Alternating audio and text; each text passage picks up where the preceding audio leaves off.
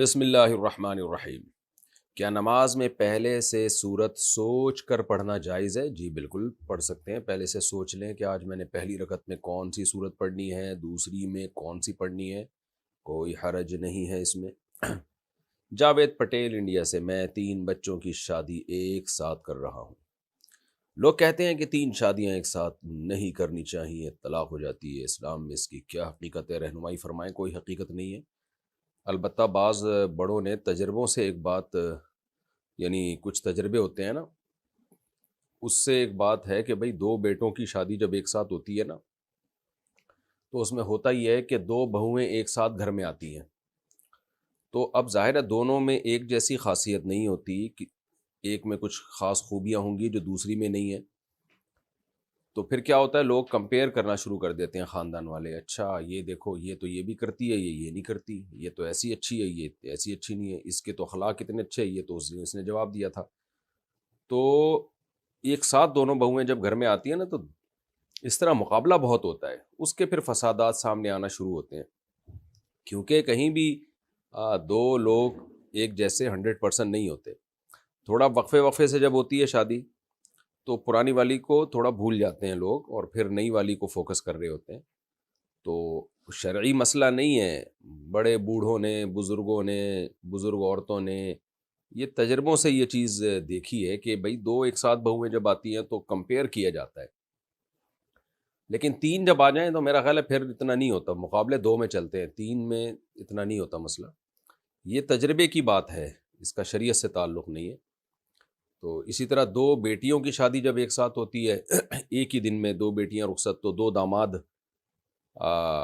وہ بھی بالکل ایک جیسے نہیں ہوتے، تو اس میں پھر ایک جو ذرا کم کوالٹی کا داماد ہوگا تو اس کی برائیاں پھر شروع ہو جاتی ہیں۔ یہ تجربے کی بات ہے، اور ویسے بھی آج کل اتنا جوائنٹ فیملی والا سسٹم رہا نہیں ہے، ایک داماد ادھر رہتا ہے، دوسرا ادھر رہتا ہے، آنا جانا بھی کم ہوتا ہے آج کل۔ شادی کریں جلدی سے جس طرح ممکن ہو۔ باقی 2 بیٹوں کی ایک ساتھ شادی اور 2 بہویں ایک ہی گھر میں آ رہی ہوں جوائنٹ فیملی میں، اس میں تھوڑے مسائل کا خطرہ ہوتا ہے، اس لحاظ سے جو میں نے آپ کو بتایا کہ لوگ پھر کمپیئر کر رہے ہوتے ہیں۔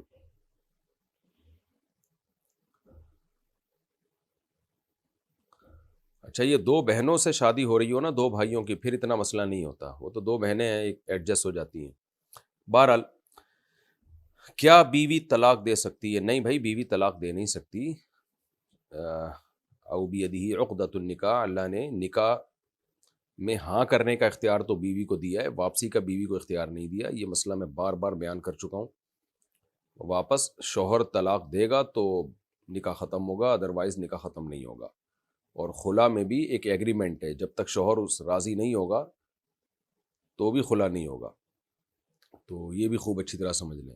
ہاں، شوہر اگر ظلم کر رہا ہے، اور اس نوعیت کا ظلم کر رہا ہے جس میں شریعت نے جج کو یہ اختیار دیا کہ وہ نکاح ختم کر سکتا ہے، تو عورت اگر اس نوعیت کا ظلم ثابت کر دے عدالت میں، جیسے بیسک نان نفقہ ہی نہیں دے رہا، وہ قدرت بھی ہے، کما بھی سکتا ہے، پھر بھی نہیں دے رہا، تو یہ تو ضدی ہے، ہٹ دھرم ہے۔ نکاح ہو گیا، رخصتی پہ آمادہ ہی نہیں ہو رہا، اس کو رخصتی کا اختیار بھی ہے، یعنی طاقت ہے اس کو، اس کے پاس بیوی کو بلا سکتا ہے، نہیں بلا رہا، لٹکا کے چھوڑ دیا اس نے، تو بھائی پھر عورت کورٹ میں کیس کرے گی کہ بھائی یا تو مجھے رکھو، میں رہنے کے لیے تیار ہوں۔ وہ یہ نہیں کہے گی مجھے علیحدگی چاہیے، نہ، ظلم مجھ پر ہو رہا ہے کہ شوہر مجھے ساتھ رکھنے کے لیے تیار نہیں ہے، تو اس کو یا تو آمادہ کریں، رکھے اپنے ساتھ، نہیں رکھتا تو پھر مجھے چھوڑے۔ پھر بھی شوہر آمادہ نہ ہو، نہ رکھنے کے لیے نہ چھوڑنے کے لیے، تو پھر کورٹ نکاح ختم کر سکتی ہے۔ تو کچھ مخصوص انواع کے ظلم ہیں، وہ ظلم اگر عورت ثابت کر دے تو پھر اس میں بھی ایسا نہیں ہے کہ جج ایک دم ٹھٹ کر کے نکاح ختم کر دے، اس میں بھی ایک شرعی پروسیس ہے، اس سے گزرنا پڑے گا۔ تو آج کل کچھ بھی نہیں ہو رہا، عدالتیں والتیں بس ایسے اٹھا کے خلا کی ڈگریاں پکڑا رہی ہیں، اور بعض مذہبی اسکالر جو علم ہے ہی نہیں بیچاروں کے پاس، پراپر وے میں شریعت کو پڑھا نہیں ہے، وہ انہی ججز کو پروموٹ کر رہے ہیں، ان کے خلوں کو ٹھیک بھی قرار دے رہے ہوتے ہیں۔ اس پر میں پوری ڈیٹیل سے ویڈیو عدالتی خلا پہ ریکارڈ کروا چکا ہوں، وہ دیکھ لیں۔ مفتی صاحب، فحش ویڈیوز کی عادت چھوڑنے کا کوئی صحیح طریقہ بتا دیجئے۔ سب سے پہلے نکاح کریں، شادی کریں، کیونکہ جب انسان حلال سے بچتا ہے تو حرام کی طرف جاتا ہے، اور زیادہ شادیاں کریں عدل کریں ان کے درمیان. اللہ تعالیٰ نے مرد میں ڈیزائر زیادہ رکھی ہیں. اس زمانے میں تو زیادہ ضرورت ہے خواتین کو بھی، کیونکہ ان کو رشتے نہیں مل رہے، اور مردوں کو بھی کیونکہ ان کی شہوت کو بڑھانے والے بھڑکانے والے ذرائع بہت زیادہ ہیں، زنا کی طرف بھی بلانے والی چیزیں بہت زیادہ ہیں. تو اس لیے سب سے پہلا حل جو اللہ اس کے رسول نے بتایا، نکاح. دوسری بات یہ، بہت سے لوگ شادی کے بعد بھی نہیں چھوڑتے، یہ ٹھڑک ہوتی ہے ان میں. تو کسی شیخ سے باقاعدہ اصلاحی تعلق قائم کریں، تبلیغ میں 4 مہینے کے لیے نکل جائیں، کسی اللہ والے کی صحبت میں بیٹھیں. خاص طور پر یہ جو فحش چیزیں دیکھنے کی جن کو عادت پڑی ہے نا، حضرت فیروز میمن صاحب ہیں، حضرت حکیم اختر صاحب رحمہ اللہ تعالیٰ کے اجل خلفاء میں سے ہیں، ان کی صحبت میں جا کے بیٹھیں. کے پی کے میں حضرت پیر مختار الدین شاہ صاحب ہیں، ان کی صحبت اختیار کریں، وہاں جا کے رہیں، خانقاہ میں ٹائم گزاریں ان کے ساتھ. اور بھی ہمارے مشائخ اکابر بزرگ ہیں. جامع الرشید میں حضرت مولانا قاسم صاحب ہیں، حضرت مفتی رشید احمد صاحب رحمہ اللہ تعالیٰ کے خلیفہ، ان کے سے اصلاحی تعلق قائم کریں. میرے شیخ مرشد ہیں حضرت مفتی عبدالرحیم صاحب، لیکن ان کے پاس وقت نہیں ہے، تو وہ جو ہے، ورنہ بڑے اللہ والے بزرگ ہیں، وہ ان کی صحبت اختیار کریں. لیکن کیونکہ اب وہ زیادہ مصروف ہیں تو شاید وہ اپنے مریدوں کو، میرا خیال ہے آسانی سے وہ بیعت بھی نہیں کریں گے، کیونکہ وہ ٹائم نہیں دے پاتے تو پھر بیعت بھی نہیں کرتے. تو مولانا قاسم صاحب ہیں، فیروز میمن صاحب ہیں، یہ سارے حضرت مختار الدین شاہ صاحب ہیں، ان لوگوں کی صحبت میں، بزرگوں کی صحبت میں جا کے بیٹھیں، ٹائم گزاریں، تبلیغ میں وقت لگائیں. یہ دوسرا کام ہو گیا. تیسرا کام کیا کرنا ہے؟ جب بھی گناہ ہو جائے اپنے اوپر کوئی سزا متعین کریں، اپنے آپ کو ایسے چھوڑے نہیں. اور یہ ایک دم سے نہیں چھوٹے گا، آہستہ آہستہ یہ گناہ چھوٹے گا. تو لوگ مایوس ہو جاتے ہیں کہ ہم نے تو توبہ کی تھی، پھر گناہ ہو گیا ہم سے. آرام آرام سے چھوٹے گا، مایوس نہ ہو، اور پیچھے پڑے رہیں کہ میں نے گناہ کو چھوڑنا ضرور ہے. 100 بار اگر توبہ ٹوٹتی ہے تو کوئی بات نہیں، 100 بار توبہ کریں آپ، بار بار توبہ کریں گے. اللہ توبہ قبول کرتے ہوئے نہیں تھکتا، خوب سمجھ لو. آپ توبہ کر کے تھکیں گے، اللہ نہیں تھکے گا. مسئلہ سارا یہ ہوتا ہے کہ انسان توبہ کرتا ہے، پھر شیطان اس سے گناہ کروا دیتا ہے، تو وہ کہتا ہے بے یار میرے بس کا نہیں ہے. اور بھائی جان، آپ لڑتے رہو شیطان سے، آپ پیچھے پڑے رہو. گناہ ہو گیا توبہ کرو، اور اپنے اوپر سزا بھی متعین کریں، روزے کے ذریعے یا صدقہ خیرات کے ذریعے. وہ سزا بہت زیادہ بھی نہ ہو اور بہت ہلکی بھی نہ ہو کہ پتہ ہی نہ چلے کہ کوئی سزا دی ہے. تو صدقہ کر دیا کریں، کہ اپنے اوپر لازم نہ کریں، نہیں قسم یا اٹھا کے یا منت مان کے، وہ بڑی اور ایک مصیبت میں پھنس جائیں گے. تو عزم کریں پکا کہ اگر مجھ سے یہ گناہ ہوا تو میں اتنی رقم صدقہ کروں گا، یا میں اتنے روزے رکھوں گا، یا میں اتنی رکعت 24 گھنٹے سے پہلے نماز پڑھوں گا. اور پھر وہ بہت زیادہ سزا نہ ہو کہ وہ سزا دینا ہی مصیبت بن جائے آپ کے لیے، اور بہت ہلکی بھی نہ ہو کہ جی میں 5 روپے صدقہ کروں گا. 5 روپے میں کیا ہوتا ہے بھائی؟ تو وہ ہر آدمی کی آمدن اور اس کی صحت اس کے حساب سے مختلف ہے. تو کچھ سزا متعین کریں تو انشاءاللہ یہ گناہ چھوٹ جائے گا. دنیا میں کوئی بیماری ایسی نہیں ہے جس کا اللہ نے علاج نہ رکھا ہو. تو یہ بھی ایک بیماری ہے، لیکن سیریس ہو جائیں اس کو چھوڑنے میں. مصیبت نوجوانوں کے ساتھ یہ ہے کہ وہ چاہتا ہی نہیں ہے چھوڑنا.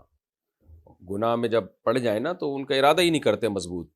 تو ارادہ کریں، اللہ کی طرف آئیں، نماز روزے میں دل لگائیں. یہ چند چیزیں ہیں جو اختیار کریں. اور پھر چوتھی بات یہ کہ جو ڈاکٹرز ہوتے ہیں نا، سائیکالوجسٹ وغیرہ، ان سے بھی رابطہ کیا جا سکتا ہے، جو صحیح میچور ڈاکٹرز ہوں. تو وہ بھی کچھ ایسے طریقے بتا دیتے ہیں جس سے اس گناہ کی جو عادت جو ہے وہ چھوٹ جاتی ہے. لیکن 3 پہلی جو چیزیں ہیں اس کو زیادہ فوکس کرنا پڑے گا آپ کو. کسی شیخ سے باقاعدہ اصلاحی تعلق، اور یا تبلیغ جماعت میں وقت لگانا، یا بلکہ سب سے پہلے نکاح کرنا. نکاح میں جلدی کریں، 1 سے زیادہ بیویاں رکھیں، ان کے حقوق بھی پورے کریں. اپنے خرچے پہ کریں وہ، لیکن ان کے اپنے حقوق بھی پورے کریں. دوسری بات شیخ سے اصلاحی تعلق، تبلیغ میں وقت. تیسرا گناہ پہ اپنے سزا متعین. اور چوتھا کسی جو نفسیات سے کا علم جاننے والے ڈاکٹرز ہیں ان سے بھی رابطہ کریں.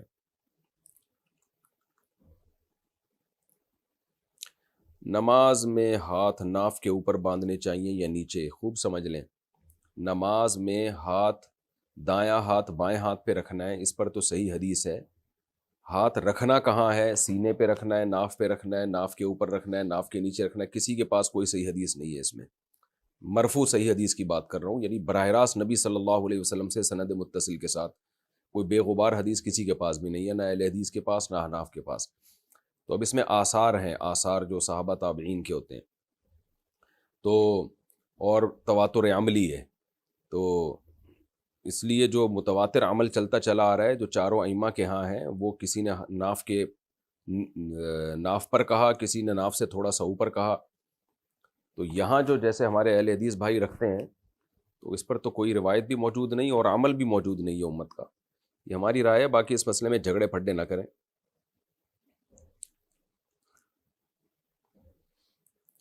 وہ صحیح ابن خزیمہ کی اہل حدیث حضرات روایت پیش کرتے ہیں سینے پہ ہاتھ باندھنے کی، وہ حالانکہ وہ صحیح ہے نہیں. تو سعودی عرب کے علماء بھی اس کو ضعیف کہتے ہیں. اس پہ میں موقع ملا تو انشاءاللہ ریفرنس کے ساتھ اور ڈیٹیل کے ساتھ کلپ ریکارڈ کروا دوں گا، اور عرب علماء کا بھی حوالہ ڈال دوں گا. کہ تبھی آپ نے ائمہ حرمین کو بھی دیکھا ہوگا کہ سینے پہ ہاتھ نہیں رکھتے وہ لوگ نماز کے دوران. اچھا بھائی، محمد سرفراز انڈیا سے، دجال کے فتنے سے بچنے کے لیے ہمیں سورہ کہف پڑھنے کا حکم ہے، لیکن سورہ کہف میں کہیں دجال کا ذکر نہیں، تو اللہ پاک نے ہمیں جو سورہ کہف پڑھنے کا حکم دیا اس کے پیچھے وجہ کی وضاحت فرما دیجیے. دیکھیں سورہ کہف میں اللہ تعالیٰ نے ان چند نوجوانوں کا ذکر کیا ہے جنہوں نے اللہ کی خاطر اپنے علاقے کو چھوڑا، اور اللہ نے ان کی کیسے غیب سے مدد کی کہ 300 سال سے زیادہ عرصہ وہ غار میں سوتے رہے، اور اٹھ کے جب آئے تو پورے حالات چینج ہو چکے تھے. تو اس سے پتہ چلتا ہے کہ اللہ تعالیٰ کسی کی مدد کرنے میں اسباب کا محتاج نہیں ہے. اگر آپ اللہ پہ اعتماد اور کامل توکل کرتے ہیں تو کیسی اللہ نے ان کی مدد کی. تو دجال جب آئے گا نا تو اسباب کی دنیا میں ایسا ہی لگے گا کہ اس سے لڑنا، اس سے مقابلہ کرنا ممکن نہیں ہے. لیکن اس وقت جو لوگ دین پہ ڈٹ جائیں گے، یہ نہیں دیکھیں گے یہ پبلک کدھر کو جا رہے، پبلک تو دجال کی طرف جائے گی. جو پبلک ہوگی نا وہ تو دجال کو فالو کرے گی نا، اس کی طاقتیں، اس کی قدرتیں دیکھ کر جو اللہ نے اس کو دی ہوں گی، متاثر ہوگی اس سے. لیکن جو اصحاب کہف کے جو نوجوان تھے وہ اکثریت سے متاثر نہیں ہوئے، بلکہ انہوں نے حق کے راستے کو فالو کیا. تو ہمیں سورہ کہف میں یہ موٹیویشن ملتی ہے کہ طاقت اور قوت کو نہیں دیکھنا کہ طاقت کا توازن کدھر ہے، پبلک کا توازن کدھر ہے، اس کو نہیں دیکھنا، تم نے حق کو فالو کرنا ہے. تو ظاہر ہے جو لوگ سورہ کہف پڑھیں گے ان کو اس واقعے سے موٹیویشن ملے گی اور حوصلہ ملتا ہے ان کو. تو دوسری بات، اسی صورت میں یعنی ان کو پھر اللہ توفیق دیں گے کہ بھئی یہ حوصلہ دجال کے وقت میں بھی تمہیں ملے گا. دوسرا اس میں اللہ نے حضرت ذوالقرنین کا واقعہ بیان کیا ہے کہ کیسے انہوں نے مشرق، مغرب، شمال، جنوب میں اللہ کے دین کو غالب کیا، اور اللہ نے کیسے ان کی مدد کی. ایسی ایسی قوموں کے پاس گئے جن کی زبانیں بھی نہیں جانتے تھے، تو وہاں بھی جا کے انہوں نے اسلام کو دنیا میں غالب کیا. تو اللہ کے نام پہ وہ جب پوری دنیا کو فتح کر سکتے ہیں، تو جو دجال کے مقابلے میں مسلمان ہوں گے ان کو بھی یہ بتایا جا رہا ہے کہ اگر تم دین پہ ڈٹ گئے تو شکست دجال کو ہوگی، تمہیں اللہ تعالیٰ غلبہ عطا فرمائیں گے. تو حضرت ذوالقرنین کے واقعے سے بھی ہمیں سورہ کہف میں موٹیویشن ملتی ہے. پھر اللہ نے اسی صورت میں حضرت موسیٰ علیہ السلام کا اور حضرت خضر علیہ السلام کا بھی واقعہ بیان کیا ہے. اس میں بھی اللہ نے کیسی غیبی مدد کی ہے ان یتیم بچوں کے ساتھ جن کی دیوار کو خضر علیہ السلام نے جا کے ایسے سیدھا کر دیا تاکہ ان کا خزانہ محفوظ ہو. تو اس سے پتہ چلتا ہے بھائی باطل لوگوں کے لیے غیب سے کیسے ان کے کو نقصان پہنچانے کے اللہ کی طرف سے انتظام ہو رہے ہوتے ہیں، جو خضر علیہ السلام کے واقعے میں ہمیں ملتا ہے، اور کیسے نیک لوگوں کی مدد، ان کی اولادوں تک کی مدد ہو رہی ہوتی ہے. تو یہاں بھی ہمیں پتہ چلتا ہے کہ بھئی اللہ بہت سارے کام بہت ساری مخلوق سے تکوینی طور پہ لے رہے ہوتے ہیں، ہمیں پتہ بھی نہیں ہوتا. تو فتنے کے دور میں جو اللہ کے دین کے ساتھ قائم ہوگا، دجال سے بڑا تو کوئی فتنہ ہو نہیں سکتا، تو جو اللہ کے دین کے ساتھ قائم ہوگا اللہ اپنی ایسی مخلوق سے اس کی مدد لیں گے جو اس نے جہاں اس کا تصور بھی نہیں ہوگا. تو ان سب چیزوں سے ہمیں موٹیویشن ملتی ہے، حوصلہ ملتا ہے کہ فتنوں کے دور میں ہم نے حق کے ساتھ کھڑا ہونا ہے. تو ظاہر ہے دجال سے بڑا فتنہ کیا ہو سکتا ہے. تو وہاں بھی ہم نے طاقت، قوت اور اکثریت کو نہیں دیکھنا بلکہ حق کو دیکھنا ہے. اور دوسری وجہ یہ ہے کہ سورہ کہف پڑھنے کا جو ہمیں حکم دیا گیا، یہ تو علماء نے، یعنی یہ جو ایک حکمتیں ہیں نا اس کی کہ یہ واقعات اس میں پائے جاتے ہیں، اس سے موٹیویشن ملتی ہے۔ ایک اہم وجہ یہ بھی ہے کہ جب حدیث میں ہمیں بتا دیا گیا نا سورہ کہف جو پڑھتا ہے دجال کے فتنے سے محفوظ رہے گا، تو کوئی لاجک ہماری سمجھ میں نہ بھی آئے، بس اللہ کے نبی نے کہہ دیا تو پڑھ لینا چاہیے، اس میں کیا جا رہا ہے، کوئی لاجک نہ بھی ہو۔ آپ صلی اللہ علیہ وسلم کو جب ہم نے مان لیا میسنجر آف گاڈ ہیں، جو آپ جو کہہ رہے ہیں وہ اللہ کی طرف سے ہیں، آپ کے اپنی طرف سے کچھ بھی نہیں ہے، تو بس اللہ نے ہمیں کہہ دیا کہ میں دجال کو بھیجوں گا تو اس سے کے فتنے سے بچنے کے لیے سورہ کہف کی تلاوت کرو۔ لیکن یہ خوب سمجھ لیں، قرآن و سنت سے ہی ہمیں پتہ چلتا ہے کہ فتنوں سے بچنے کے لیے جو سب سے زیادہ امپورٹنٹ چیز ہے وہ اپنے عمل، ایمان اور عمل کی حفاظت ہے۔ خوب سمجھ لیں، اعمال کے بغیر کچھ بھی نہیں ہے۔ یہ ایسے ہی ہے جیسے ہمیں بتایا جاتا ہے کہ عذاب قبر سے بچنے کے لیے سورہ ملک ہے، تو اس کا یہ مطلب نہیں کہ آپ کبیرہ گناہ کرنا شروع کر دیں اور صرف سورہ ملک پڑھ لیا کریں آپ، کیونکہ سورہ ملک میں ہی اللہ نے ہمیں گناہوں سے بچنے کا حکم دیا ہے۔ تو سب سے پہلے جس چیز کو اسلام نے فوکس کیا ہے وہ ہے اعمال۔ خوب سمجھ لو، تو آج کل کیا ہوتا ہے، 27ویں رات کو مر گئے تو جنت میں، بھائی پہلے اعمال ہیں، اس کے بعد 27ویں رات کو موت ہونا بھی ایک فضیلت کی چیز ہے، جمعے کے دن موت ہونا بھی ایک فضیلت کی چیز ہے، لیکن سب سے پہلے عمل ہے، عمل، سب سے پہلے عمل کے بارے میں سوال ہوگا۔ تو دجال کے فتنے سے بھی اگر کوئی سورہ کہف پڑھتا ہے لیکن کبیرہ گناہوں میں صبح و شام مبتلا ہے تو اس کے لیے فتنے سے بچنا بڑا مشکل ہوگا، لیکن کوئی گناہوں سے بچنے کی کوشش کرتا ہے اور سورہ کہف نہیں بھی پڑھتا، اس کے فتنے سے بچنے کا زیادہ امید ہے ہمیں، شریعت سے ہی پتہ چلتا ہے۔ ہاں، کوئی نیک اعمال بھی کرتا ہے، یعنی برائیوں سے بچتا بھی ہے، سورہ کہف بھی پڑھ لیتا ہے، تو تھوڑی موٹی جو اعمال میں کوتاہی ہوگی تو سورہ کہف کے ذریعے، ہاں کوئی آدمی گناہوں سے بچتا ہو اور سورہ کہف بھی پڑھتا ہو تو پھر اگر کبھی گناہوں یعنی اعمال میں کوئی کمی کوتاہی ہو گئی تو سورہ کہف سے اس کی انشاءاللہ تلافی ہو جائے گی اور اللہ اس کو دجال کے فتنے سے محفوظ رکھیں گے۔ یہ مطلب ہے حدیث کا۔ خلاصہ یہی نکلا کہ سب سے پہلے اعمال، اس کے بعد پھر یہ جو وظائف ہیں جو نبی صلی اللہ علیہ وسلم نے ہمیں بتائے ہیں، کیونکہ اعمال کو خود نبی صلی اللہ علیہ وسلم کی تعلیمات ہی میں زیادہ ویلیو دی گئی ہے۔ نکاح میں ولیمے کے لیے جو بکرا ذبح ہو اس پر کسی کا عقیقہ کر سکتے ہیں؟ ہاں بالکل کر سکتے ہیں، عقیقے کی نیت سے بکرا ذبح کر دیں، مزہ آ گیا، ولیمہ بھی ہو گیا، اسی میں عقیقہ بھی ہو گیا۔ اچھا بھائی، میں نے مکمل قرآن شریف پڑھا ہے، جیسے بقرعید کا گوشت ہے نا اس میں بھی ولیمہ ہو سکتا ہے، بقرعید کا جانور ہے آپ نے اللہ کے لیے حلال کیا، اسی میں ولیمہ بھی نمٹا دیا، تو جانور تو اب حلال ہو گیا اللہ کے لیے، قربانی کے لیے، عقیقے یا بقرعید کے لیے، اب اس کے گوشت کا جو مرضی کریں تو ولیمہ میں بھی کھلا سکتے ہیں، ویسے بھی لوگوں کو کھلا سکتے ہیں۔ بہت ہوشیار ہوتے جا رہے ہیں آج کل کے مسلمان۔ میں نے مکمل قرآن شریف پڑھا ہے اور اب میں اس کا ترجمہ پڑھ رہا ہوں، میں نے پہلے 14 سجدے کر لیے ہیں اور اب میں ترجمے کے ساتھ پڑھ رہا ہوں، تو کیا دوبارہ 14 سجدے کرنے پڑیں گے یا نہیں؟ اگر سجدے والی آیت کا لفظ بہ لفظ ترجمہ کرتے ہیں اور صرف پڑھتے نہیں ہیں بلکہ زبان سے ادا بھی کرتے ہیں وہ الفاظ، تو پھر راجح قول یہی ہے کہ پھر سجدہ تلاوت لازم ہو جاتا ہے۔ تو اگر آپ سجدے والی آیت کا دوبارہ ترجمہ کریں گے، زبان سے پڑھیں گے اس کو، صرف ایسے جیسے اسٹڈی کر رہے ہوتے ہیں ایسے نہیں، زبان سے، اور وہ ترجمہ بھی لفظ بہ لفظ ہو، تو پھر سجدہ کر جائے گا۔ کرنے پڑیں گے تو ایسا لگ رہا ہے جیسے کوئی آپ کو کوئی 40 کلو کا ویٹ اٹھانا ہے، آپ نے کرنے پڑیں گے کیا؟ خوشی خوشی کریں بھائی، سجدے والی آیت پڑھی اور سجدہ کر لیا، یہ تو اتنا ٹائم تھوڑی لگتا ہے اس میں، اور خوشی خوشی کریں یہ کام، میں کوئی اتنا بڑا مسئلہ نہیں ہے۔ کیا باز کھانا حلال ہے؟ نہیں جناب، باز، شاہین، جس کو شاہین بھی کہا جاتا ہے، اور شکرا ہو گیا، اسی طرح دوسرا پرندہ یہ شکرا، تو یہ سب درندوں کی اس میں آتے ہیں، چیر پھاڑ کر کے کھانے والے جانور ہیں، ان کا کھانا حلال نہیں ہے۔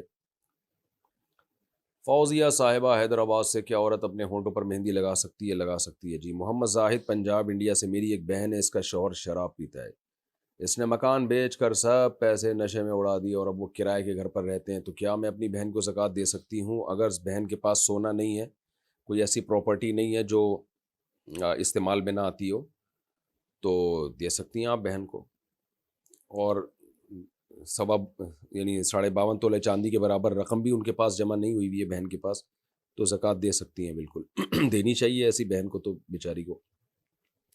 فیضان صاحب کراچی سے، امام صاحب ظہر کی نماز میں خاموشی کے ساتھ نماز پڑھتے ہیں تو کیا مقتدیوں کو بھی تلاوت کرنی چاہیے یا خاموش رہنا چاہیے؟ صحیح حدیث میں ہے، ناصر الدین البانی رحمہ اللہ نے اس کو صحیح قرار دیا ہے۔ کمال کی بات ہے، لوگ البانی رحمہ اللہ نے جب صحیح قرار دے دیا تو اس کو مان لیتے ہیں صحیح ہے، اور مجتہدین نے جب حدیث سے استدلال کر کے اس کو صحیح قرار دے دیا اس کو نہیں مان رہے ہوتے۔ حیرت کی بات ہے۔ خیر، تو حدیث کے الفاظ ہے من کان لہ امام فقراءۃ الامام لہ قراءۃ، جس شخص کا کوئی امام ہو، امام کی قراءت مقتدی کے لیے کافی ہے۔ تو یہ حدیث جہری نمازوں کے بارے میں بھی ہے، سری نمازوں کے بارے میں۔ حدیث میں فرق نہیں ہے کہ یہ صرف جہری کے بارے میں، سری کے بارے میں نہیں ہے۔ تو اس لیے اس حدیث کی بیس پر امام جب تلاوت کرے تو مقتدیوں کے لیے وہ تلاوت کافی ہو گئی۔ اور یہ دوسری حدیث میں جو آتا ہے کہ جو سورہ فاتحہ نہیں پڑھتا اس کی نماز نہیں ہوتی، تو اس حدیث کو جب آپ ملائیں گے تو پتہ چل جائے گا کہ یعنی یہ والی حدیث جو ابھی میں نے پڑھی ہے کہ جس کا امام کی قرات مقتدی کے لیے کافی ہے، تو اس حدیث سے پتہ چلتا ہے کہ جب امام نے قرات کر لیا تو مقتدی نے بھی حکمن کر لی ہے قرات، تو اس کو یہ کہیں گے ہی نہیں کہ اس نے تلاوت نہیں کی ہے، کیونکہ امام مقتدیوں کا نمائندہ ہوتا ہے تلاوت کے باب میں۔ تو اس لیے اس پر یہ حدیث کا اطلاق نہیں کیا جا سکتا کہ جو قرات نہیں کرتا اس کی نماز نہیں ہوتی۔ بھائی امام نے جب قرات کر لی ہے تو مقتدی نے قرات کر لی ہے۔ اور اگر آپ پھر بھی اس تفصیل کو نہیں مانتے تو پھر صحیح مسلم کی حدیث کے پورے الفاظ ہیں من لم یقرأ بفاتحۃ الکتاب فصاعدا، او کما قال، اس طرح کے الفاظ ہیں کہ جو سورہ فاتحہ نہیں پڑھتا اور آگے سورت نہیں ملاتا اس کی نماز نہیں ہوتی۔ تو پھر آپ پیچھے سورت بھی ملائیں۔ جب آپ سورت نہیں ملاتے اس میں آپ یہ کہتے ہیں کہ بھئی امام نے جب سورت ملا لی تو مقتدی نے بھی ملا لی، تو اس سے صاف پتہ چلتا ہے کہ امام نے جب فاتحہ پڑھ لی تو مقتدی نے بھی پڑھ لی۔ محمد دلشاد یو پی انڈیا سے، میرے والد کا انتقال ہو گیا اور دادا دادی کا پہلے ہی انتقال ہو گیا تھا۔ ہم 6 بھائی اور 4 بہنیں ہیں، اور والدین اور والد کی وراثت 5 کروڑ ہے، تو سب کا وراثت میں کیا حصہ ہوگا، کس کو کتنا ملے گا؟ والد کا انتقال ہوا، دادا دادی کا پہلے ہو گیا تھا، تو ظاہر ہے اب والد کے والدین کا حصہ تو گیا، اب رہ گئے 6 بھائی 4 بہنیں والدہ۔ تو دیکھیں آپ کی وراثت 5 کروڑ ہے نا، اس 5 کروڑ کو آپ نے ڈیوائڈ کرنا ہے 8 سے، تو جو جواب آئے گا وہ حصہ ہوگا آپ کی والدہ کا، یعنی آپ کے والد صاحب کی بیوہ کا۔ 5 کروڑ کو آپ نے 8 سے ڈیوائڈ کیا، یعنی 12.5%، 12.5% نکلتا ہے، تو وہ ہو جائے گا آپ کی والدہ کا۔ تو والدہ کا حصہ نکالنے کے بعد جو بھی بچ جائے 5 کروڑ میں سے، جب آپ 8واں حصہ نکال کے جو بچے گا، تو آپ ہیں 6 بھائی اور 4 بہنیں، 6 دونی 12، 13، 14، 15، 16، جو بچے اس کو 16 پہ ڈیوائڈ کر دیں، جو جواب آئے وہ ایک بہن کا حصہ ہوگا، اس کا ڈبل بھائی کا حصہ ہوگا۔ پھر بھی آرام نہ آئے تو قریب مؤلف سے رجوع کریں، مطلب یہ کہ پھر بھی اگر جواب سمجھ میں نہ آئے تو کسی قریبی مفتی سے رجوع کریں جو آپ کے علاقے کے قریب رہتے ہوں۔ میرا خیال سمجھ میں آ گیا ہوگا۔ یو پی انڈیا میں بہت سارے مدارس ہیں۔ محمد فردین حیدرآباد سے، انڈیا سے، حیدرآباد انڈیا، کیا اسلام میں MLM کمپنی یعنی نیٹ ورک مارکیٹنگ بزنس جائز ہے یا نہیں؟ جائز نہیں ہے، اس کے کئی دفعہ میں جواب دے چکا ہوں، اور اس کے ناجائز ہونے کی وجہ بھی کئی دفعہ بیان میں کلپ میں بتا چکا ہوں، جائز نہیں ہے یہ۔ اچھا میرے بھائی تمنا انصاری انڈیا سے، جب عورت نماز پڑھ رہی ہو اور وہاں پر غیر محرم موجود ہوں تو کیا چہرے اور ہتھیلیوں کا پردہ لازم ہے؟ جی بالکل لازم ہے، جوان عورت کے لیے تو پردہ چہرے پہ ڈال کے نماز پڑھیں۔ وہ مرسلین غازی آباد، میرا ڈاؤن لوڈنگ کا کام ہے، میری ایک چھوٹی سی دکان ہے جس میں مووی ڈاؤن لوڈ کر کے پیسے کماتا ہوں، کیا یہ میرے لیے جائز ہے؟ کہاں سے جائز ہو گیا؟ اگر ایسی مووی ہے جو ڈاکومنٹری ہے کوئی، یا یہ کہ کوئی معلوماتی، کوئی سائنسی کوئی پروگرام پر مشتمل مووی ہے، وہ تو ٹھیک ہے، یعنی اس سے پیسے کمانا جائز ہے۔ باقی جو مووی ہوتی ہیں فلموں ڈراموں کی، یہ حرام ہے اس سے پیسے کمانا۔ کیا بڑا جنازہ جنتی ہونے کی نشانی ہے؟ حدیث میں بشارت دی گئی ہے جس کے جنازے میں زیادہ لوگ شریک ہو، لیکن یہ جو بشارت ہے یہ اس کی حیثیت وہی ہے جو جیسے کسی عمل پہ جنت کی بشارت ہوتی ہے۔ تو تمام حدیثوں کو جب سامنے رکھا جائے، کبھی بھی ایک حدیث کو سامنے رکھ کے فیصلہ نہیں کیا جاتا، تمام حدیثوں کو سامنے رکھ کے فیصلہ کیا جاتا ہے۔ جو سب حدیثوں کو سامنے رکھ کے فیصلہ کریں گے تو پتہ چلتا ہے کہ سب سے پہلے عمل ہے، اگر آپ کبیرہ گناہوں سے بچتے تھے تو آپ کے جنازے میں 2 آدمی بھی ہوں آپ کی بخشش ہو جائے گی. اگر آپ کبیرہ گناہوں سے نہیں بچتے تھے تو پوری دنیا بھی آپ کے جنازے میں آ گئی، آپ کی بخشش کا چانس بہت کم ہے، کیونکہ اللہ نے فرمایا کہ جو گناہ کر رہے ہیں ان کو اس کی سزا ملے گی. ہاں اگر آپ کبیرہ گناہوں سے بچتے تھے، صغیرہ گناہ تھے اور جنازے میں بہت زیادہ لوگ شریک ہوئے، تو اللہ کی رحمت سے امید ہے کہ اس جنازے میں کی کثرت کی بیس پر، کیونکہ بہت زیادہ لوگ آپ کے لیے دعا مانگ رہے ہیں، تو اس کی بہرحال فضیلت ہے، تو بخشش کا امکان بڑھ جاتا ہے ایسی صورت میں. لیکن سب سے پہلے بہرحال عمل ہے. میری نگاہ بہت کمزور ہے، بہت موٹا چشمہ لگا ہوا ہے، ڈاکٹر نے آپریٹ کا کہا ہے. اس آپریشن میں آنکھوں کے اندر جو لینس ہوتا ہے اسے نکال کر ڈاکٹر کے بنائے ہوئے لینس لگ جاتے ہیں، جس کا کوئی نقصان بھی نہیں ہے. تو کیا اللہ نے جو آنکھ میں یہ لینس بنایا ہے میرے لیے اسے نکال دینا جائز ہے؟ ڈاکٹر کو بھی اللہ نے ہی بنایا ہے، اور ڈاکٹر نے جو لینس بنایا ہے اس کو ریپلیس کرنے کے لیے وہ بھی اللہ کے حکم سے ہی ڈاکٹر نے بنایا. تو بیماری کا علاج شرعاً جائز ہے. اپنی باڈی میں کانٹ چھانٹ جب جائز نہیں ہے جب یہ زینت کے طور پر ہو. جیسے آپ کی موٹی ناک ہے، اللہ نے بنائی، کسی کی موٹی ناک کسی کی پتلی ناک ہوتی ہے، اب آپ اس کو خوبصورت بنانے کے لیے باریک بنا رہے ہیں، یہ حرام ناجائز ہے. 2 دانت ملے ہوئے ہیں، آپ اس میں گیپ پیدا کر کے حسن پیدا کرنا چاہ رہے ہیں، یہ ناجائز ہے، حرام ہے. حدیث میں صاف منع کیا گیا ہے، لعن اللہ المتفلجات، جو عورتیں اپنے دانتوں میں گیپ پیدا کرتی ہیں ان پر اللہ کی لعنت ہے، کیونکہ یہ تغییر خلق اللہ ہے. اللہ نے جو آپ کو باڈی سٹرکچر دیا ہے اس میں ایسے ڈینٹنگ پینٹنگ کہ وہ خدا کی تخلیق ہی آپ بدل ڈالیں، وہ ٹھیک نہیں ہے، حرام ہے. البتہ کسی عیب کو دور کرنا، جیسے ایکسیڈنٹ ہو گیا تو آپ کی الائنمنٹ آؤٹ ہو گئی، اس کو سیدھا کرنا، کوئی عیب پیدا ہو جائے تو اس کا تو علاج بالکل جائز ہے. کوئی تیزاب گر گیا تو پلاسٹک سرجری سے وہ اس عیب کو دور کرنا یہ بالکل جائز ہے، کیونکہ علاج اسی لیے ہوتا ہے کہ کوئی آپ کے اندر باڈی میں فالٹ پیدا ہو جائے تو اس فالٹ کو ٹھیک کرنے کا نام علاج ہے.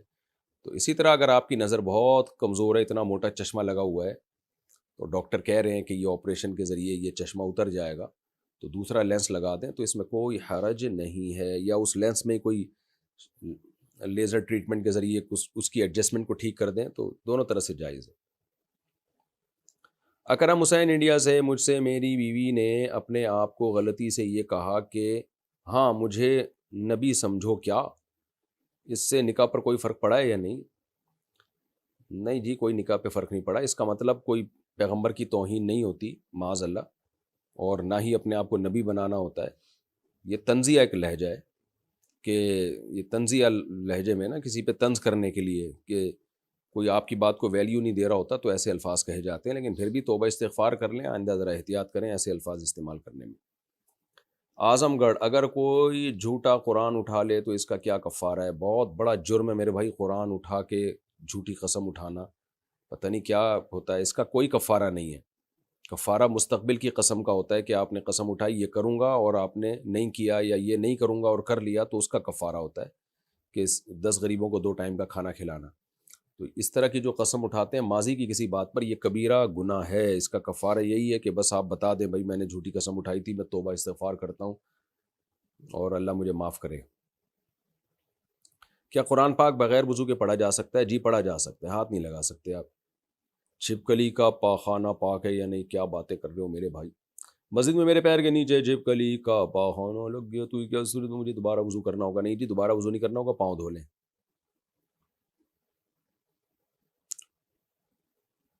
اچھا میرے بھائی، دوبارہ وضو نہیں کرنا ہوگا. باقی پاک ہے یا نہیں یہ میرے ذہن میں نہیں ہے، کبھی اتنی ڈیپ میں جا کے میں نے غور کیا نہیں. اب آپ نے مسئلہ پوچھ لیا ہے تو انشاءاللہ میں اس کی تحقیق کر لوں گا کہ کپڑوں پہ لگ جائے تو کیا ہے. کہ دھو لینا، اگر پاک بھی ہو تو سلامت طبع بھی تو میرے بھائی کوئی چیز ہوتی ہے نا، صفائی ستھرائی بھی تو کوئی چیز ہوتی ہے. تو ویسے میں نے کبھی دیکھا نہیں ہے کبھی کسی کے لگا ہو. تو بہرحال آپ نے پوچھ لیا تو موقع ملا تو انشاءاللہ تحقیق کر لوں گا. پچھلی قضا نماز ادا کیے بغیر بعد کی قضا نماز ادا نہیں ہوگی، کیا یہ حدیث صحیح ہے؟ کیا 2 چوٹی میں نماز ہو جاتی ہے؟ دیکھیں کوئی صاحب ترتیب ہونا جس کے ذمے قضا نمازیں باقی نہ ہوں تو پھر اگر اس کی نمازیں قضا ہوں تو پہلے قضا نماز پڑھے گا، اس کے بعد ادا نماز پڑھے گا، ورنہ اس کی نماز نہیں ہوگی. یہی حنابلہ کا مذہب ہے، امام احمد بن حنبل کا، یہی احناف کا ہے. اس بارے میں شوافع اور مالکیہ کی کیا رائے ہے وہ میرے علم میں اس وقت نہیں ہے. اور ان حضرات کا استدلال غزوہ خندق والی حدیث سے ہے جس میں آپ صلی اللہ علیہ وسلم کی نمازیں قضا ہوئیں تو آپ نے ترتیب سے ان نمازوں کو لوٹایا ہے کہ پہلے پہلی نماز، پھر اس کے بعد دوسری نماز، پھر تیسری، پھر چوتھی، اس طرح سے آپ صلی اللہ علیہ وسلم نے.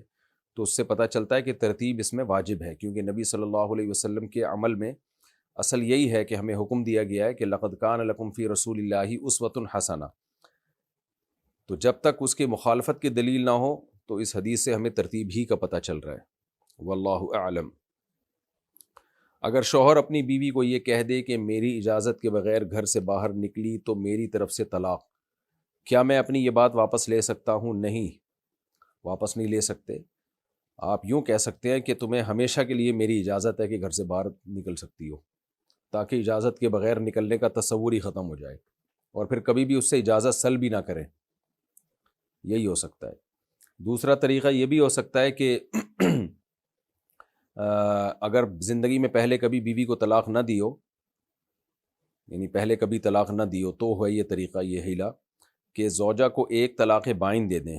طلاق بائن کا مطلب ہے کہ طلاق ایک ہو اور نکاح اس سے ختم ہو جائے، اور پھر بیوی عدت پوری گزارے، یعنی 3 مینسز عدت مکمل ہو، اور اس کے بعد پھر آپ بیوی کو یعنی اس کو منع کریں کہ تم نے میری یعنی گھر سے نہیں نکلنا، اور بیوی آپ کی اجازت کے بغیر نکل جائے. جب وہ نکلے گی تو طلاق واقع ہوگی، لیکن ہوگی اس لیے نہیں کہ وہ بیوی نہیں ہے اور عدت بھی ختم ہو چکی ہے، تو وہ قسم پوری ہو جائے گی اور یہ الفاظ ختم ہو جائیں گے. لیکن یہ حیلہ وہاں بتایا جاتا ہے جہاں 3 طلاقوں کو معلق کیا ہو. بعض دفعہ لوگ کہہ دیتے ہیں نا کہ میری اجازت کے بغیر گھر سے نکلے تو 3 طلاقیں. تو اب 3 طلاقیں تو بہرحال ہوں گی جب اجازت کے بغیر گھر سے نکلے. تو 3 طلاقوں کو کالعدم قرار دینے کے لیے پھر یہ تدبیر بتائی جاتی ہے کہ ایک طلاق بائن دے دے، 3 مینسز گزر جائیں، پھر بیوی گھر سے باہر نکلے، قسم پوری ہو جائے گی. طلاقیں اس لیے واقع نہیں ہوں گی کہ یہ بیوی بھی نہیں ہے اور آپ کی معتدہ بھی نہیں ہے، یعنی عدت بھی پوری ہو چکی ہے. تو وہ الفاظ پھر قسم پوری ہو جائے گی، پھر دوبارہ نکاح کریں، پھر اگر وہ بغیر اجازت گھر سے نکلی تو طلاق واقع نہیں ہوگی. لیکن آپ نے تو چونکہ ایک طلاق کا کہا ہے تو یہ اس میں یہ تدبیر کی ضرورت نہیں ہے اور یہ کارگر کوئی فائدہ نہیں ہے اس کا، کیونکہ جب آپ طلاق دیں گے تو ہو ہی جائے گی. بات پیچیدہ ہو گئی. خلاصہ یہ کہ اب چونکہ ایک طلاق ہے، بیوی اگر آپ کی اجازت کے بغیر گھر سے باہر نکلی تو ایک طلاق بہرحال واقع ہوگی. یہ الفاظ ریورس نہیں ہو سکتے، الا یہ کہ آپ پھر یہ کہہ دیں کہ میں نے تمہیں ہمیشہ کے لیے اجازت دی ہے گھر سے باہر نکلنے کی، اور یہ اجازت کبھی سلب کرے ہی نہیں، اس سے چھینے ہی نہیں، تاکہ جب نکلے اجازت سے ہی نکلے. وہ تو منہ سے نہ کچھ اچھے الفاظ ادا کر لینے چاہیے میرے بھائی. طلاقوں کو کھیل تماشا مت نہیں بنانا چاہیے. اللہ نے جہاں بھی طلاق کے حکام بیان کیے ہیں، کیا اللہ نے طلاق کے حکام بیان کر کے کہا کہ اللہ کی آیات کو مذاق مت بناؤ، تو کچھ اور دھمکی دے دیتے. یہ کیا ضرورت ہے طلاق کو بیچ میں لانے کی؟ بہت سے لوگ جہالت میں یہ سب کچھ کر رہے ہوتے ہیں. سمیر صاحب انڈیا سے، اگر پیشاب کے 1-2 قطرے نکل جائیں تو کیا ناپاک ہو جاتے ہیں؟ اگر وہ پھیلے نہیں ہیں زیادہ شلوار پہ تو وہ ناپاک تو ہوتے ہیں، مگر اس میں نماز ہو جاتی ہے. تو ناپاکی اگر پھیل جائے نا 1 درہم کے بقدر، جو ہتھیلی کی گہرائی کے بقدر اتنی ناپاکی پھیل جائے گی تو اس کو ہم کہیں گے کہ معتد بھی ناپاکی ہے. یہ یعنی قلیل مقدار ناپاکی کی معاف ہے، اور اس کی دلیل ہے ما جعل علیکم فی الدین من حرج. کیونکہ اگر بہت معمولی مقدار بھی ناپاکی کی اگر ناپاک ہی سمجھی جائے تو پھر تو ہم جب پیشاب کرتے ہیں معمولی سے چھینٹے اس میں بھی لگ جاتے ہیں، تو کیا شلواریں ہی دھوتے رہیں گے بیٹھ کے؟ تو اس لیے مجتہدین نے اجتہاد کیا ہے کہ بہت معمولی سے اگر نجاست کپڑوں پہ لگی ہو تو وہ اس کو دھونا ضروری نہیں ہے. تو اب ایک معتد بھی نجاست ہو، تو معتد بھی نجاست جو ہے، معتد بھی مطلب جو قابل ذکر ہو، تو اس میں ہتھیلی کی گہرائی کے برابر جو نجاست ہے نا، ایک سکہ جو ہوتا ہے عام طور پر، اتنی نجاست اگر لگ گئی تو اس کو دھونا ضروری ہے. تو اگر پیشاب کے قطرے نکلے اور اتنا پھیل گئے ہیں تو پھر اس کو دھونا بہرحال ضروری ہے. اور 1-2 قطرے اگر شلوار پہ لگے ہیں تو اس کو دھونا ضروری نہیں ہے، لیکن دھو لیں تو کیا جا رہا ہے، احتیاط پر عمل کریں، دھو لیں. کوئی زیادہ ٹائم تھوڑی لگتا ہے، تھوڑا سا نلکے کے نیچے رکھیں، ہلکا سا رگڑ دیں، بس پاک ہو جائے گا وہ. اور اس کے مسئلے کے دلائل کیا ہیں یہ کسی اور کلپ میں ریکارڈ کروا چکا ہوں، سرچ کریں گے تو نکل آئے گا. کیا ہاتھ سے جانور کی یا کارٹون کی تصویر بنانا جائز ہے؟ نہیں، جائز نہیں ہے، حرام ہے. حافظ حسین برما سے، فرض نماز کے بعد دعا کرنا. ہاں، ڈیجیٹل تصویر کی میں بات نہیں کر رہا، جو پرنٹڈ تصویر ہوتی ہے اس کی بات کر رہا ہوں. فرض نماز کے بعد دعا کرنا کیسا ہے؟ فرض نماز کے بعد نبی صلی اللہ علیہ وسلم سے جو دعا ثابت ہے وہ وظیفوں کی صورت میں ثابت ہے، متعین کلمات ہیں، تو متعین کلمات ادا کرنے چاہیے۔ اللہم انت السلام ہے، آیت الکرسی ہے، یہ اس طرح کے کلمات جو ہیں۔ باقی تفصیلی دعا سنتوں کے بعد مانگیں۔ یہ جو فرائض کے بعد ہمارے ہاں ہاتھ اٹھا کر دعا کرنا اور اجتماعی دعا کرنا، اس کا ہمیں حدیث میں یعنی صحابہ تابعین کے دور میں اور دور نبوی میں ہمیں ثبوت نہیں ملتا۔ لیکن مسجدوں میں فتنہ فساد نہ پھیلائے، اگر کوئی امام دعا مانگ رہا ہے تو چپ کر کے بیٹھے رہیں۔ مسجدوں میں فتنہ پھیلانا زیادہ گناہ ہے بنسبت دعا مانگنے کے۔ اور دعا مانگنے کو ہم برا نہیں کہہ رہے، لوگ اعتراض کرتے ہیں، لو بھائی دعاؤں پر بھی پابندی لگ رہی ہے، دعاؤں پہ پابندی نہیں ہے۔ ایک عمل کو اپنی طرف سے سنت قرار دینے پر پابندی ہے، تو دعا کبھی بھی مانگیں، نماز کے بعد مانگیں، نماز سے پہلے مانگیں، جب دل چاہے مانگیں، لیکن اس عمل کو آپ سنت قرار نہ دیں۔ جس عمل کا دور نبوی میں ہمیں ثبوت نہیں ملتا، سنت قرار نہ دیں آپ اس کو، اور جو نہیں کرتا اس پہ ملامت نہ کریں۔ اگر کسی نے ایک دفعہ اذان دی ہو تو کیا وہ قیامت میں مؤذنوں میں سے اٹھایا جائے گا؟ نہیں، مؤذن کا مطلب تو یہی ہے جو متبادر ہوتا ہے، جو اذان دینے کا جس کا معمول ہو، جیسے بلال حبشی تھے رضی اللہ عنہ۔ سلمہ صاحبہ سہارنپور انڈیا سے، کیا فجر کی 2 سنت جماعت سے پہلے پڑھنا ضروری ہے؟ اگر جماعت کھڑی ہو گئی تو سنت بعد میں پڑھ سکتے ہیں، سنت بعد میں اشراق کے وقت پڑھ سکتے ہیں، فوراً بعد نہیں۔ حدیث میں جو آتا ہے فرض کے بعد 2 سنت، تو اس بات سے مراد ہے اشراق کے وقت۔ عبداللہ بن عمر سے یہ بات ثابت ہے۔ اچھا بھائی، تو اس لیے فجر کی نماز سے پہلے ہی سنتیں پڑھا کریں۔ عورتیں صف اول کا ثواب کیسے حاصل کریں؟ خواتین کو صف اول میں ثواب ہی نہیں ہے۔ حدیث میں آتا ہے کہ مردوں کے لیے سب سے بہترین صف پہلی صف ہے اور بدترین صف آخری صف، اور خواتین کے لیے سب سے بدترین صف پہلی صف اور سب سے بہترین صف آخری صف۔ تو اگر کہیں خاتون مسجد میں جماعت سے نماز پڑھ رہی ہوں تو سب سے آخری صف میں کھڑے ہونے میں ان کو ثواب زیادہ ملے گا۔ عبد المعیز انڈیا سے، کیا بینک لون پر کسٹمر کو پرانی موٹر سائیکل دلوانا جائز ہے؟ نہیں بھائی، سودی قرضہ کیوں کسٹمر کو دلوا رہے ہیں؟ سودی قرضہ دلوانے میں تعاون کرنا بھی حرام ہے۔ زبان کی حفاظت کس طرح کی جائے؟ زبان کی حفاظت اس طرح کی جائے کہ روزانہ مسواک سے زبان کو اچھی طرح صاف کیا جائے، جراثیم سے پاک کیا جائے۔ اچھا خیر، سوری، زبان سے آپ کی مراد ہے جو ہم بولتے ہیں۔ دیکھیں، زبان کی حفاظت، نبی صلی اللہ علیہ وسلم نے ارشاد فرمایا کہ 2 چیزوں کی جو ضمانت مجھے دے دے میں اس کو جنت کی ضمانت دیتا ہوں، ایک شرمگاہ کی اور ایک زبان کی، کہ ان دونوں کا غلط استعمال نہیں کرنا۔ تو زبان کی حفاظت کیا ہے؟ غیبت سے بچانا زبان کو، اور زبان کو جو ہے چغلی سے بچانا، فسادی باتوں سے بچانا، بلا تحقیق باتیں آگے نقل کرنا۔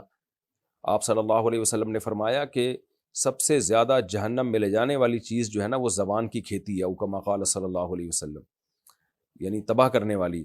حدیث کا مفہوم بیان کر رہا ہوں کہ زبان بہت چیزیں کاٹتی ہے، تو اس لیے جب بھی کوئی الٹی بات زبان سے ہونا، اپنے اوپر جرمانہ متعین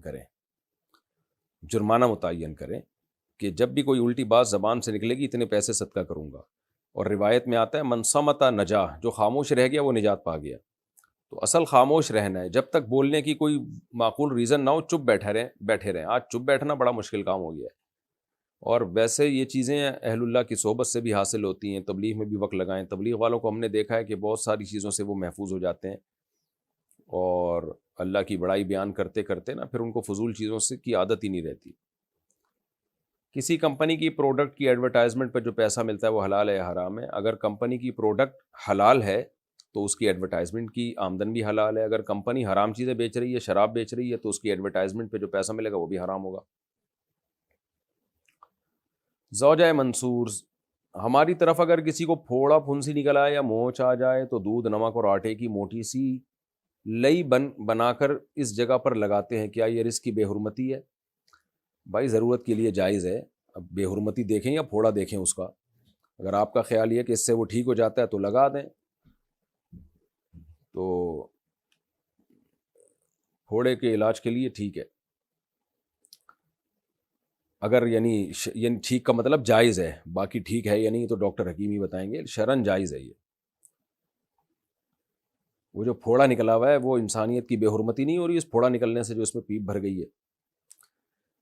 حیدر علی شاہ، کیا میں والدین کی اجازت کے بغیر جہاد کی تربیت کے لیے جا سکتا ہوں؟ مجھے شہادت کی موت حاصل کرنے کا شوق ہے، اس بارے میں قرآن و حدیث کے ذریعے بتا دیے۔ جہاد جب فرض عین ہو جائے تو ماں باپ کی رضا ضروری نہیں ہے، پھر اس میں ماں باپ کی مرضی کے بغیر بھی جانا جائز ہے، لیکن یہ فیصلہ کرنا کہ کہاں شرعی جہاد ہو رہا ہے کہاں نہیں ہو رہا، یہ آپ خود سے فیصلہ نہ کریں، کیونکہ بہت ساری تنظیمیں نوجوانوں کے جذبات کو غلط استعمال کر کے غلط جگہوں پر لے جاتی ہیں، غلط لوگوں کا اعلی کار بنا دیتی ہیں۔ تو صرف گیٹ اپ سے متاثر نہ ہو، جب دنیا میں کوئی ڈیزاسٹر ہوتا ہے، کوئی بھی مسائل ہوتے ہیں تو بہت 2 نمبر لوگ اس میں پڑ جاتے ہیں۔ تو اس لیے پاکستان میں آپ جہاد میں کیسے جائیں گے، کہاں جائیں گے، تو لوگ آپ کو غلط استعمال کریں گے۔ دنیا کے دیگر ملکوں میں بھی ایسا ہی ہے۔ تو جہاد تو فرض ہے، جہاد کرنا بہت بڑی عبادت ہے، لیکن کریں گے کہاں، کہاں جائیں گے، اس میں زیادہ تر غلط جو ہے معلومات کی بیس پہ نوجوان غلط تنظیموں کی بھیڑ چڑھ جاتے ہیں اور برباد ہو جاتے ہیں، اپنے ہی ملکوں کے خلاف ان کی صلاحیتیں استعمال ہونا شروع ہو جاتی ہیں، کر فساد رہے ہوتے ہیں، لیبل اس پہ جہاد کا لگا ہوا ہوتا ہے۔ تو اور دوسری بات یہ کہ والدین کو اگر خدمت کے محتاج ہیں، اب اکلوتے ہیں والدین کے، تو پھر تو ویسے بھی پھر ماں باپ کا حق مقدم ہے، ان کو چھوڑ کے جائیں گے وہ پھر کس کے رحم و کرم پر ہوں گے؟ تو یہ جب ہے جب والدین خدمت کے محتاج نہ ہوں۔ ڈرامہ دیکھنا کیسا ہے؟ جائز نہیں ہے بھائی ڈرامے دیکھنا، آج کل جو ڈرامے آ رہے ہیں ویسے بھی بے ہودگی پھیلا رہے ہیں وہ۔